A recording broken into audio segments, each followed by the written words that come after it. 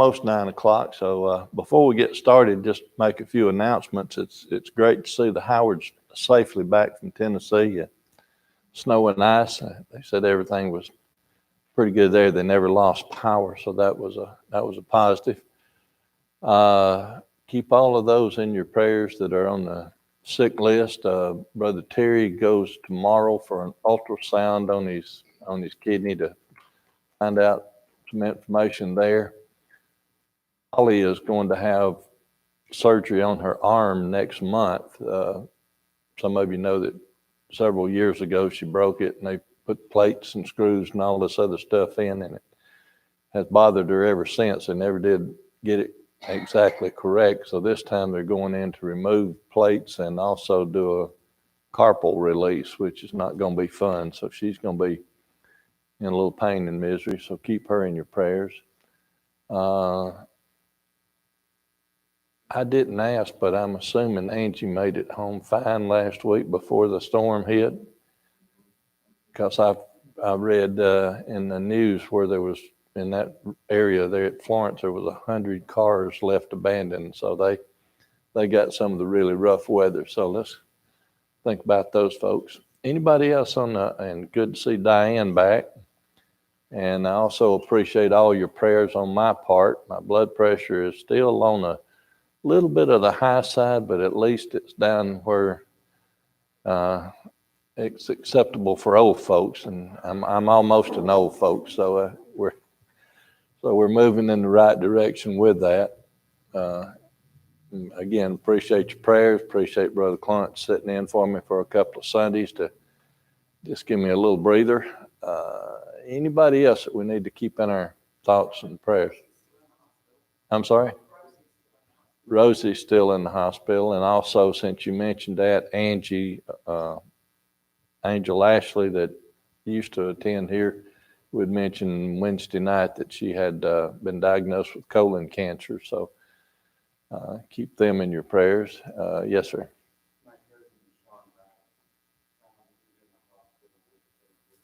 Sean Rice Hospital with COVID. Okay.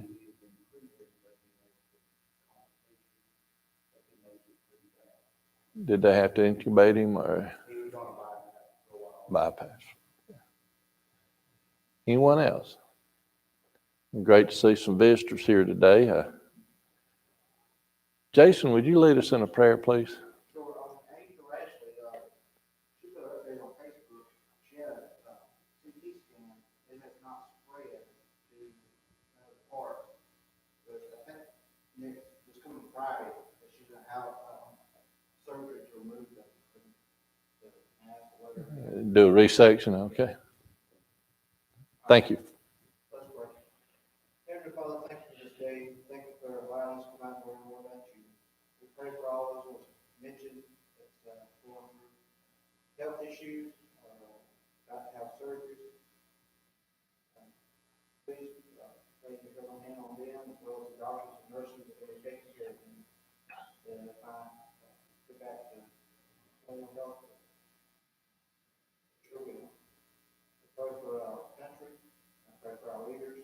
They'll find comfort. They'll find answers. I come to you when I make decisions for our country. We pray for our military, and they return home safely. We also pray for all those affected by the storm this past week.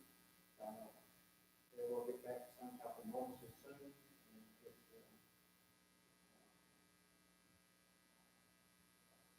so they can move and be able to function and get the power back and be able to find health issues that may have related to storm.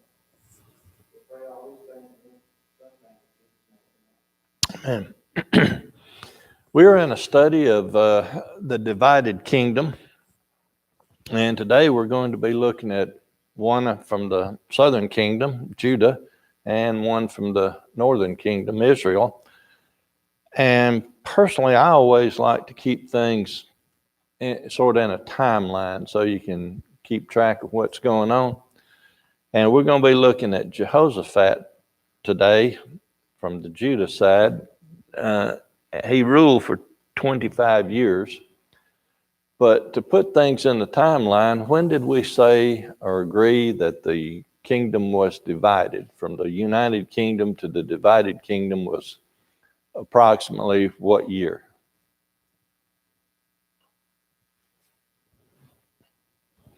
It's your turn. About 931, 932. Put it somewhere in there. I don't like to be dogmatic going back that far on a day, month, and year, so somewhere around that 932 or 31 BC. And now with Jehoshaphat, where are we time-wise?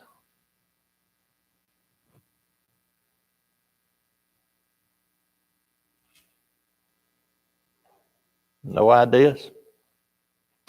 Somewhere around the 872 to so reign. And so that would mean that we have now had the divided kingdom going on for about 60 years where we are now when this takes place. Now, it is interesting that Jehoshaphat, for a couple of years in that 25-year period of time, co-reigned. He was like a sub-reigner or a co-counsel. And then the last 23 or so years, he was totally in charge. Our text today that we're going to look at is in 1 Kings chapter 22. 1 Kings chapter 22, starting with verse 41. We're going to do some reading and then talk about the questions as we go along. And the first question in that period is, to whom is Jehoshaphat compared, and then why did the Lord establish the kingdom of Jehoshaphat? So let's just read 41 through not quite through the end of the chapter. We'll just read till I stop and go back and discuss a few things. Because this section basically gives you a synopsis or just a real quick overview. It doesn't go into a lot of detail about Jehoshaphat. We'll do that in the next 2 weeks that we're still on Jehoshaphat, but this is just sort of an overview of him. It says, and Jehoshaphat, the son of Asa, began to reign over Judah in the 4th year of Ahab, king of Israel. All right, so Ahab, we'll get to him in the second portion of the class, but he is the king of the northern 10 tribes. And Jehoshaphat began his reign in the southern 2 tribes in the 4th year of his reign. And Jehoshaphat was 35 years old when he began to reign. And he reigned 25 years in Jerusalem. His mother's name was Azabah, the daughter of Shilai, and he walked in all the ways of Asa his father. He turned not aside from it, doing that which was right in the eyes of the Lord. Nevertheless, the high places were not taken away, for the people offered and burnt incense yet in the high places. Let's pause right there and go back and look at a couple of the questions and get into some detail on it. We read already the answer, but to whom was Jehoshaphat compared? He was compared to Asa.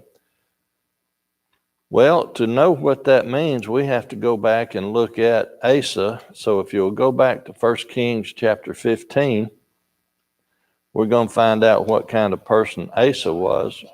We've already studied this, but we'll remind ourselves of the type person he was, and then we'll know a bit about Jehoshaphat. So 1 Kings 15, we'll start with verse 11 and go through verse 15. 1 Kings 15, verses 11 through 15.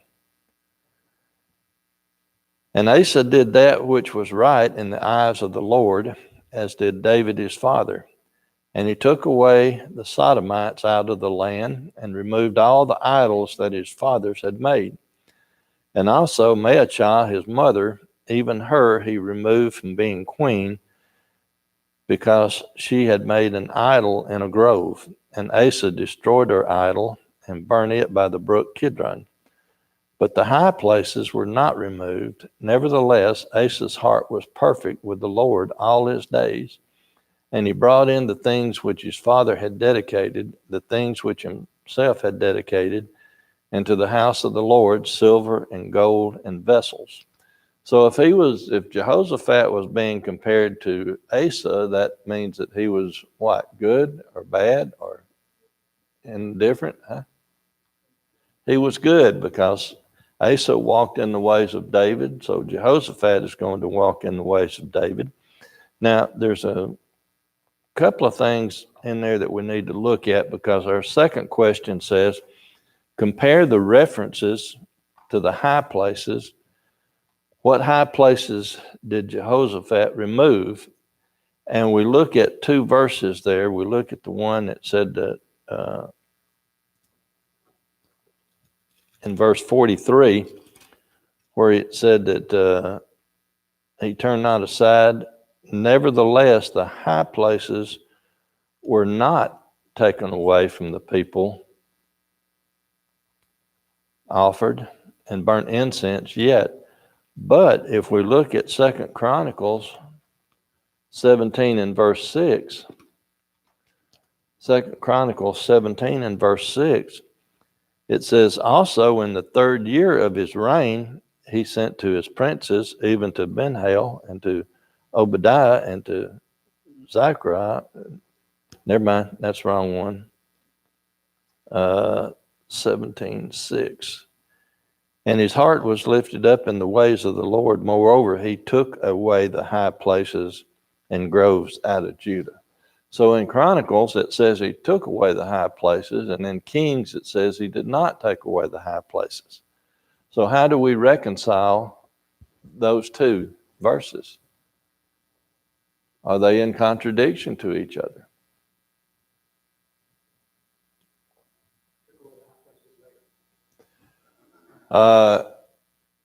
In essence, when we get down to many years later, Hezekiah, when it went to not the divided kingdom anymore, but the southern kingdom by itself, Hezekiah is the one that totally did it and restored the temple and all. But right here, we need to go back and look at some things again in context. Before the temple was constructed, where did David and Solomon burn sacrifices? And where was worship taking place? It was in the high places. In essence, if you can think about it this way, high places in the Old Testament, as you go along, it generally refers to pagan worship.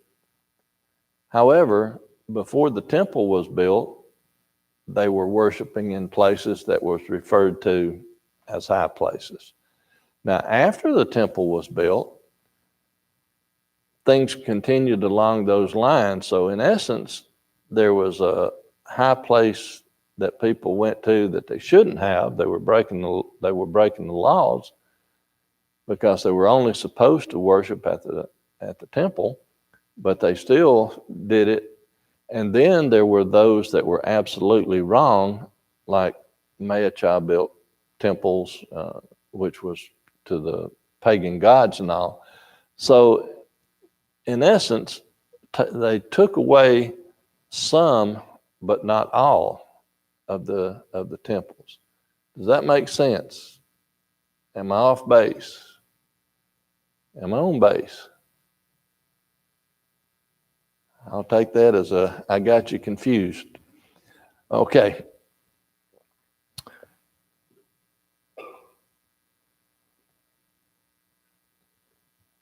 Question number 3 was, when did Jehoshaphat, or what did Jehoshaphat remove from Israel?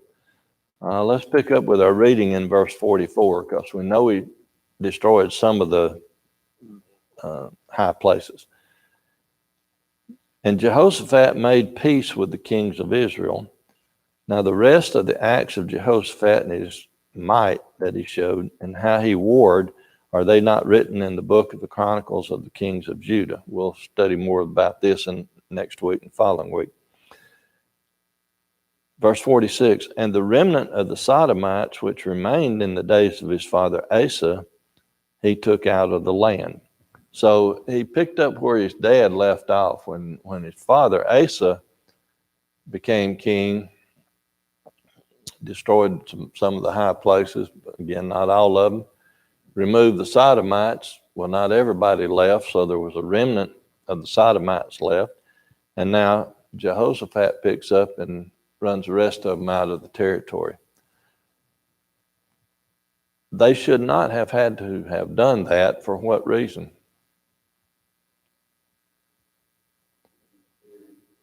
Pardon? They should have been cleared from the very beginning, because when God let them go into the land of Canaan, what was the instructions? Drive them out.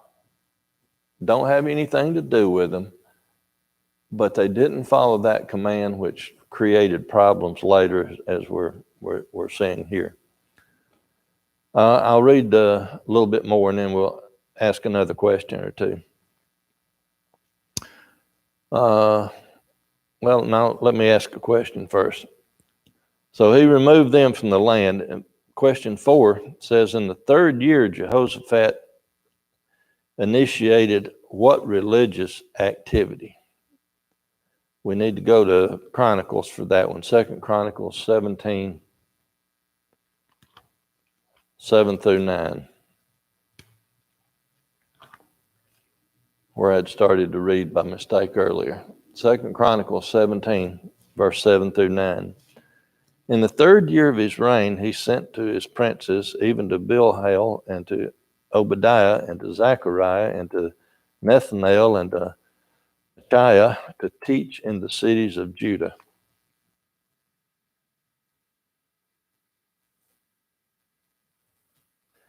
And with them he sent Levites, even Shemaiah and Nethaniah and Zebediah and Asahel and Shemarath and Jehonathan and Adonijah and Tobijah and Tobadaniah and Levites, and with them Elishama and Jehoshaphat priest. And they taught in Judah and had the books of the law of the Lord with them, and went about without all the cities of Judah and taught the people. So the question, what did Jehoshaphat initiate in the 3rd year?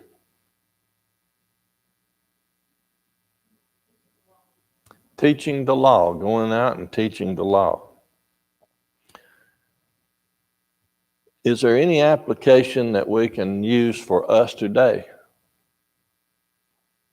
Can you give me a verse?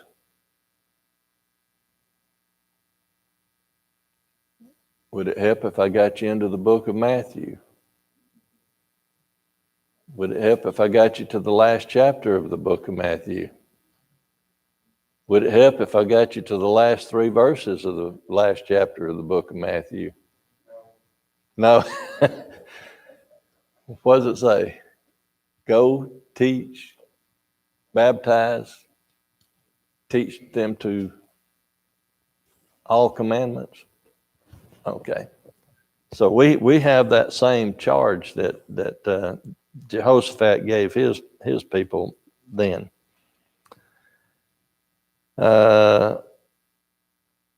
Yes, sir.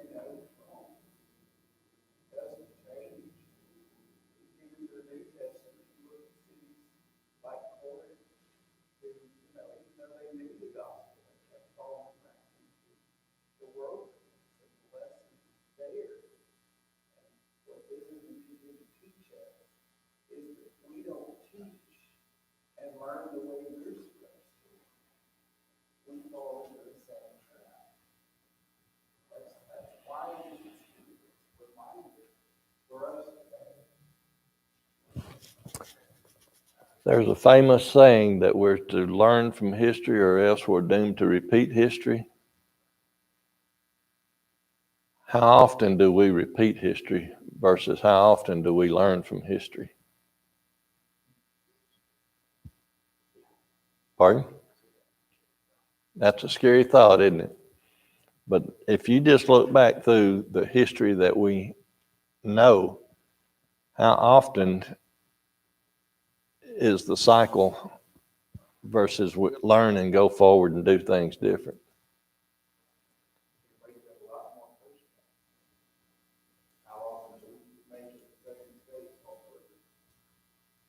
Yeah. Can we liken this? We know that they had to worship in a certain place. We know that even at home they were responsible for teaching the word of God. Can we liken it to like a Bible school or a modern application? Still instructed in the way of the Lord. Could do that.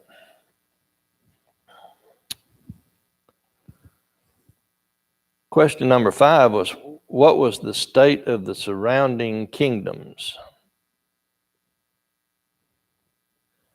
So they have started going out and teaching all these, the law.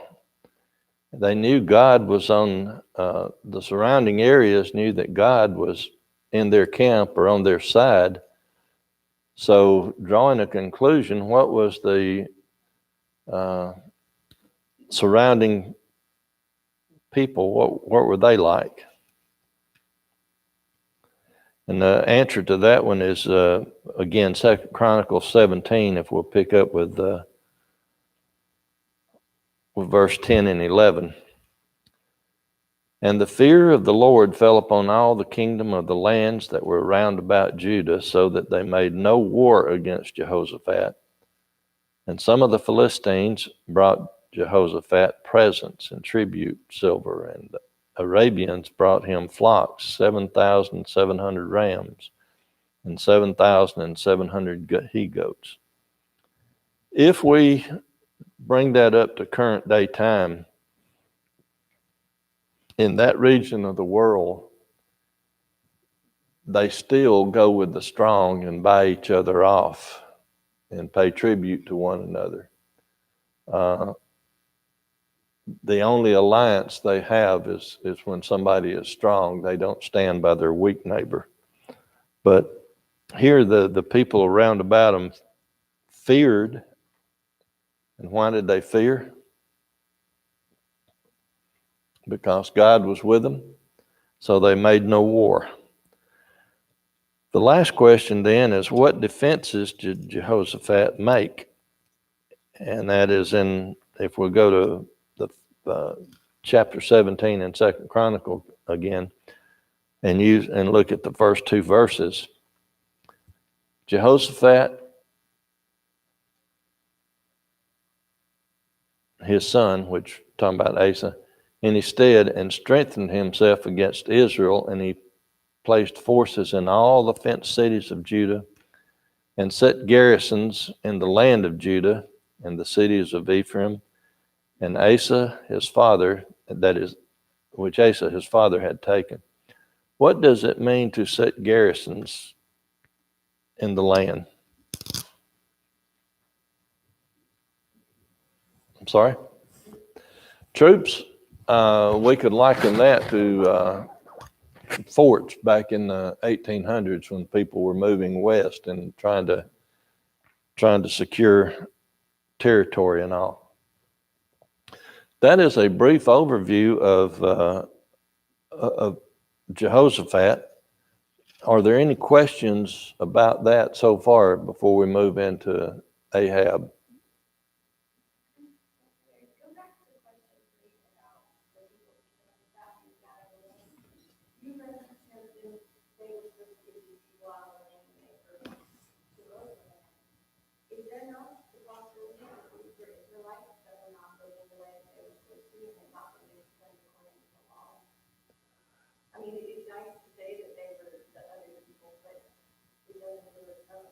Well, I'd sort of left that one open-ended. But the Bible specifically says Sodomites, but who were the Sodomites at this point in time? And to answer your question specifically, I am, without Bible proof on this, I am 100% sure that a lot of the people that moved into the land, the Israelites that moved into the land, proselyted into Sodomites and became a Sodomite. So, are we, if we're not talking by birth, but just the type of character they are, he could have run them out. Is that where you were going, or am I still off base? I mean, it really doesn't matter whether they were non-Israelites or Israelites. It's more sobering to me to think these could be Israelites that chose to live this way. And then no wonder he turned around and said, we got to teach the law. We got to get out. Yeah. Because all people are choosing to blind the faith of God and live this way. We got to now, let's start fresh. Well, we know all through Old Testament history that happened. Solomon, what happened with Solomon and his wives? David, Bathsheba, what happened? Where did he build her a house? Outside, because she was come from pagan worship. And all through here, specifically when we get to Ahab, we will find that he was corrupted by Jezebel. She had a lot to do with him going as, I won't say going wrong, but going as far wrong as he went. So, the same way that we are to be in the world today and teach and bring people to Christ, how many Christians wind up being carried over to the devil instead of bringing people this way? I personally know people that have left the Church of Christ and gone to other, after years of sitting and studying and knowing the truth, they got married and became Baptists. They got married and became Catholics. One of my cousins had been in the Church of Christ all his life. Got up to the age of 20-something, got married. He married a Catholic woman, and he signed away his right to raise his kids. This is back in the 60s.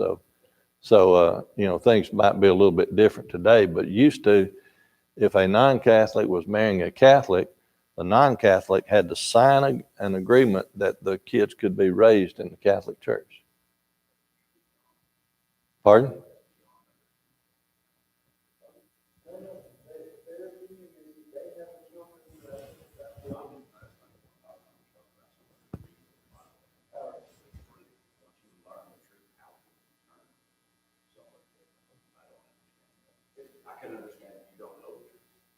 Look,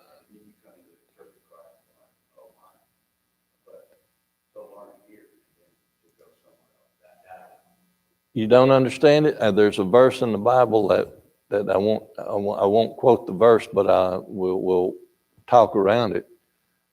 What is the root of all sin? Pardon? Pardon? Lust of the eye and pride of life is the root of all sin. You fall in love with a woman, you're willing to do anything she wants, right?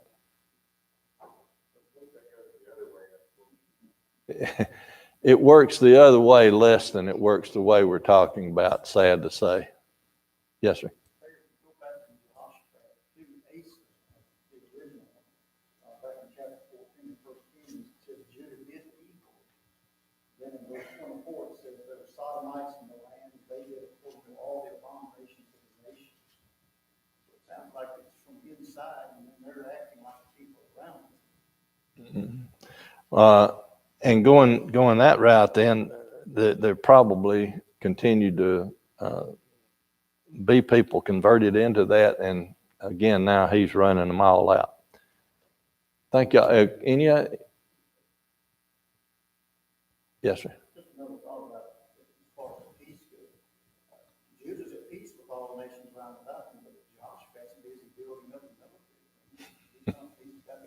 strength there, and he's not letting his guard down, simply because there's no war taking place at this time. Right. I think we're going to get into that. I believe it's next week or maybe the following week. Next week, I think we'll get into where they sort of make a compact. They make peace with each other, north and south. But anything else before we get into Ahab? Yes, sir.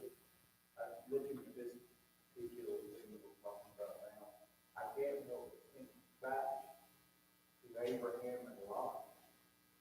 This was a problem before Israel was Israel, long before, and we see the same thing happen. And God's people were corrupted, particularly by the Sodomites, and brought in all kinds of evil.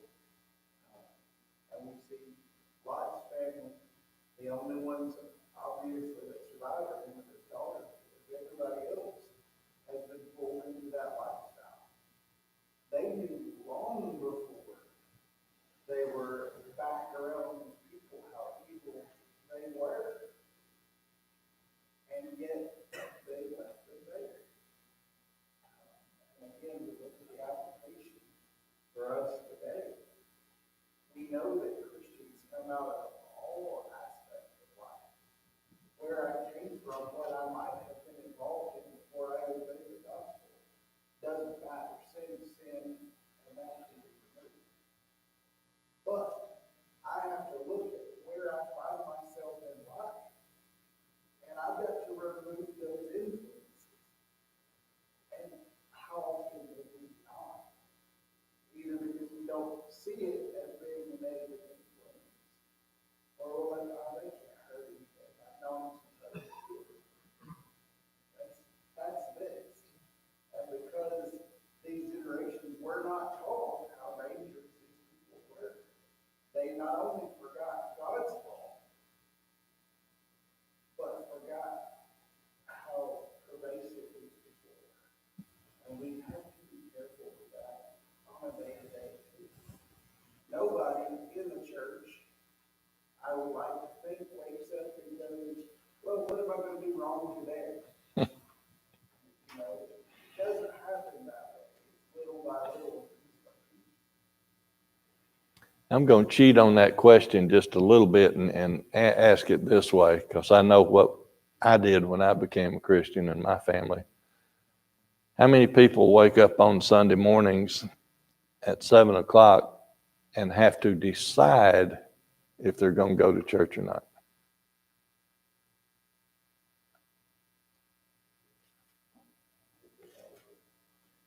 To me, that decision was made when you come out of the baptistry. When you said you was going to be a Christian, there should be no debate on Sunday morning of, well, we're going to do this or that. But, sorry?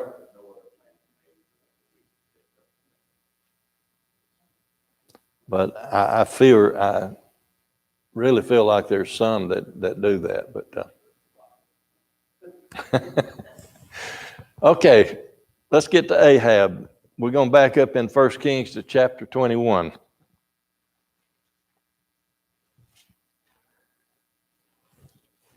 Again, this is just a small snippet of of one event in Ahab's life.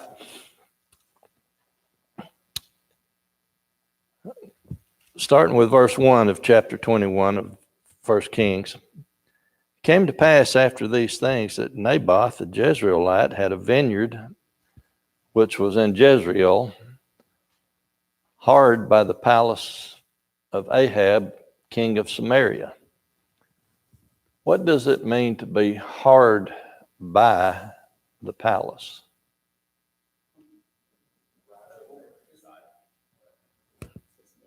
Next to it, right up against it.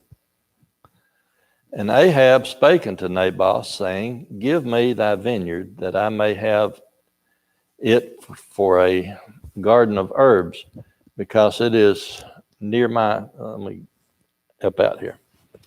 Because it is near unto my house, and I will give thee for it a better vineyard than it, or if it seem good to thee, I will give thee the worth of it in money. So Ahab was was wanting that piece of property.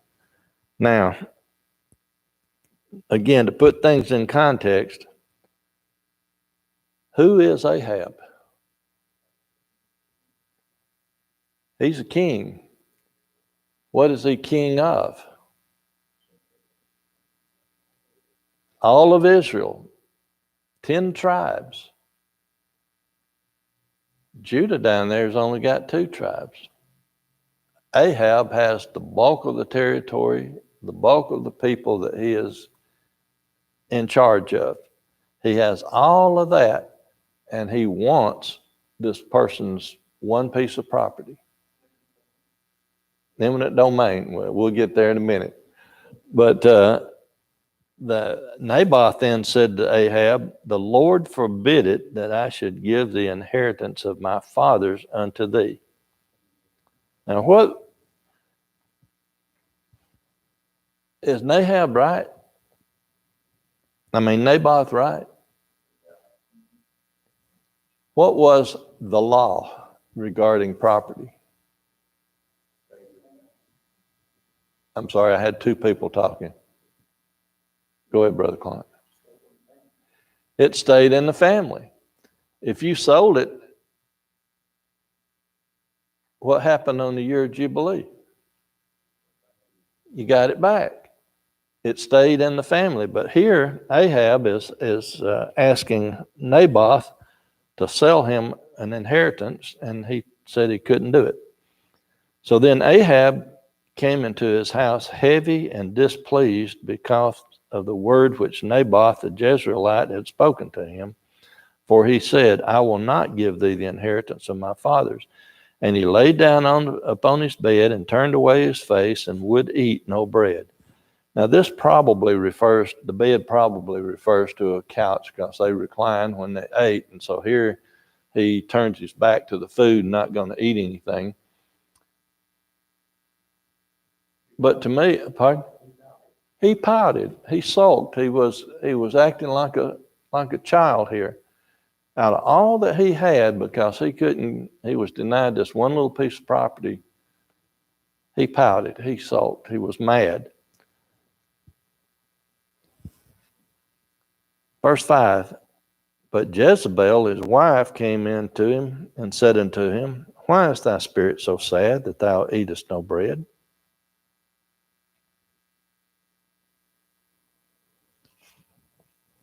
That sounds okay so far, right? But who exactly is Jezebel?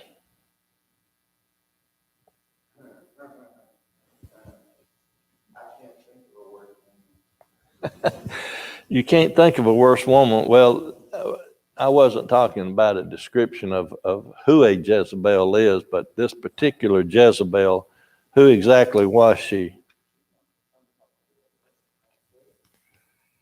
If you'll go back to chapter 16, 1 Kings chapter 16, and we'll start with verse 30.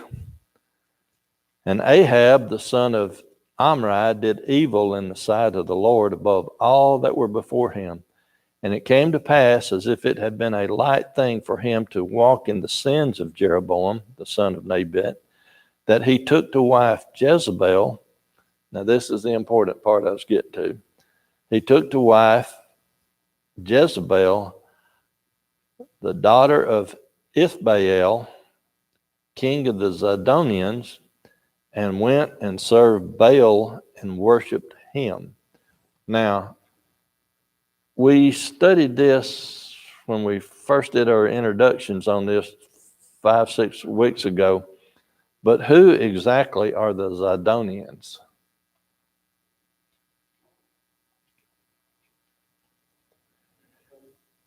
They were on the coast on the north, and it was in the land of what we would call the Phoenicians. Tyre, Sidon, the Phoenicians, and they were pagan worshipers, and here he went to worship Baal. So this is who this Jezebel was the daughter of a king of the Zidonians, Baal worshipers. And there she said unto him, "Why is thy spirit not eatest no bread?" And he said unto her, Because I spoke unto Naboth the Jezreelite, and said unto him, Give me thy vineyard for money, or else, if it please thee, I will give thee another vineyard for it. And he answered, I will not give thee my vineyard. All of that is correct. Now look at her response. And Jezebel his wife said unto him, Dost thou not now, let me start over. And Jezebel his wife said unto him, Dost thou now govern the kingdom of Israel? Arise and eat bread, and let thine heart be merry. I will give thee the vineyard of Naboth the Jezreelite. Now, I believe, without reading too much into this and without reading between the lines, what is her attitude when she's talking to Ahab at this point? Is she a kind, loving wife that says, What's wrong with you? I understand, but you need to eat. She's the opposite, isn't she? If you really look at it and take just a little bit of time and look at it, are you not now the king of the whole area? Why are you letting this little guy get away with this? I'm a weak woman, but I'll give you that land. Isn't she, in essence, chastising him for being weak at this point and not being a king or acting like a king? Won't be the last time. Yes, sir. Samuel, when he was telling people about what they were going to get when they asked for a king, the United Kingdom to begin with, for Samuel 8, verse 14, he'll take away your fields, your vineyards, your olives, the best of them to give it to the servants.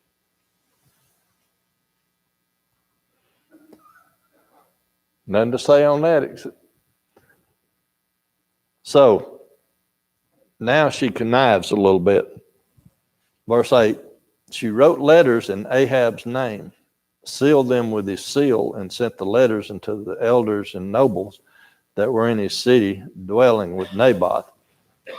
This was an easy thing to do, because all she had to do was get that signet ring or the stamp that he used, put the seal on it, and when the people received it, it was from the king. That seal meant something.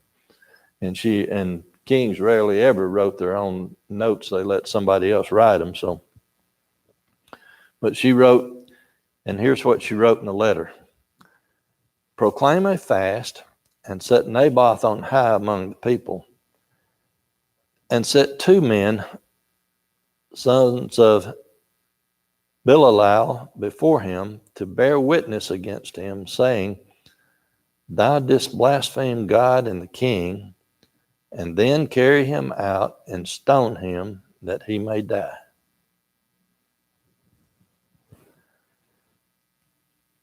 Brother Jeremy, you had mentioned earlier that she was an evil, wicked woman. I think this bears that out.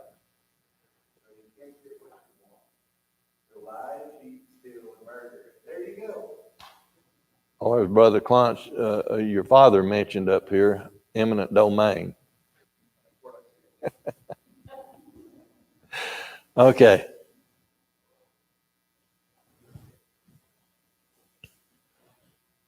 And the men of the city, verse 11, even the elders and the nobles who were the inhabitants of his city, did as Jezebel had sent unto them, and as it was written in the letters which she had sent them. They proclaimed a fast and set Naboth on high among the people.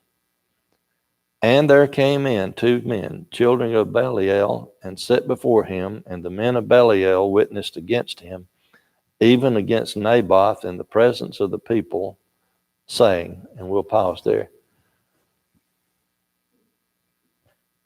Why was it necessary for 2 men to come?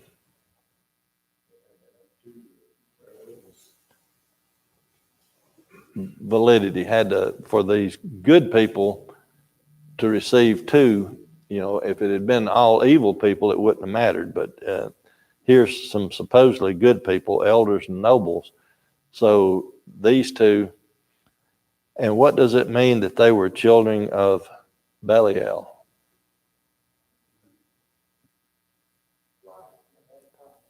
They had a price. They were sort of the lower caste people that would do anything for money, dishonest, etc. So they did all that, and then we'll pick up even against Naboth in the presence of the people, saying, Naboth did blaspheme God and the king. Then they carried him out of the city and stoned him with stones that he died. Let's look at 2 Kings 9 and verse 26 for just a second. 2 Kings 9 and verse 26.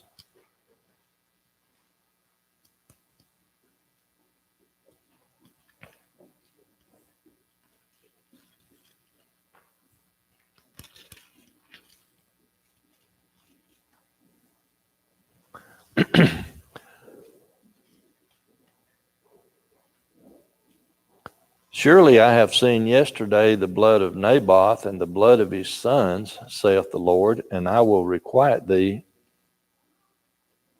in this plat, saith the Lord. Now therefore take and cast him into the plat of ground, according to the word of the Lord. So if we tie that in with it, Naboth had children. If they had only killed Naboth, who would the land go to? His children.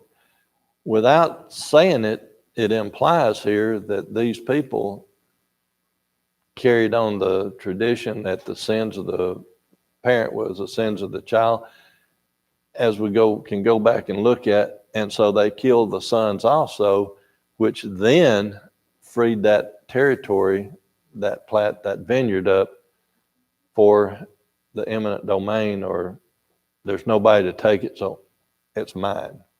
And our time's up, but I think y'all can go from there. I appreciate all the comments and questions, and thank y'all.